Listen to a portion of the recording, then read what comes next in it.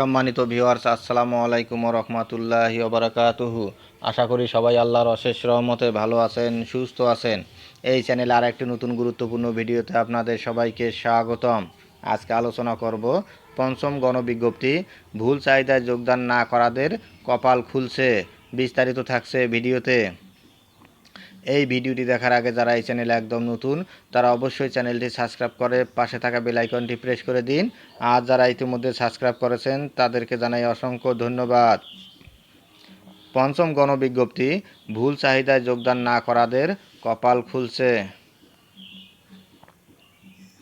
বেসরকারি শিক্ষক নিবন্ধন ও প্রত্যয়ন কর্তৃপক্ষের এনটিআরসিএ পঞ্চম নিয়োগ বিজ্ঞপ্তির চূড়ান্ত সুপারিশে শিক্ষক পদে যোগদানের শেষ সময় ছিল 19 সেপ্টেম্বর।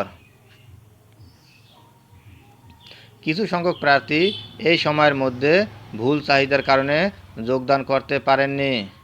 বিষয়টি বিবেচনায় নিয়ে আজ রোববার এনটিআরসি-এর 101তম নির্বাহী বোর্ডের সভা হচ্ছে। এ সভায় ভুল চাহিদায় যারা যোগদান করতে পারেননি তাদের বিষয়টি আলোচনায় আসবে। শিক্ষা মন্ত্রণালয় ও এনটিআরসি-এর সূত্র দৈনিক আমাদের বার্তাকে এ তথ্য নিশ্চিত করছে।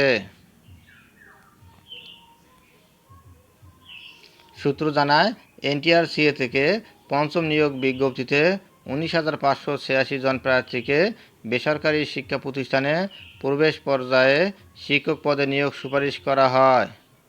সুপারিশপ্রাপ্ত শিক্ষকদের মধ্যে যারা ভুল চাহিদার কারণে যোগদান করতে পারেননি তাদের যোগদান করতে না পারার বিষয়ে নির্বাহী বোর্ডের সভায় আলোচনা হবে। এর আগে গত 21শে আগস্ট পঞ্চম গণবিজ্ঞপ্তির চূড়ান্ত সুপারিশ করেছে এনটিআরসিএ।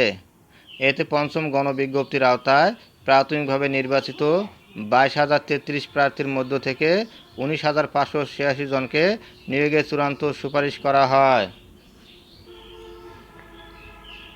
প্রসঙ্গত, গত 31শে মার্চ বেসরকারি শিক্ষা প্রতিষ্ঠানে 96,736টি পদে শিক্ষক নিয়োগের গণবিজ্ঞপ্তি প্রকাশ করা হয়। এর মধ্যে স্কুল অ্যান্ড কলেজে 43,286টি এবং মাদ্রাসা ও কারিগরি শিক্ষা প্রতিষ্ঠানে 53,450টি পদে শিক্ষক নিয়োগ দেওয়ার কথা। ধন্যবাদ জানিয়ে বিদায় নেওয়ার আগে আবারও অনুরোধ জানাই, যদি ভিডিওটি ভালো লাগে এবং সর্বশেষ শিক্ষামূলক আপডেট ভিডিও পেতে চান তাহলে অবশ্যই চ্যানেলটি সাবস্ক্রাইব করুন। ধন্যবাদ সবাইকে।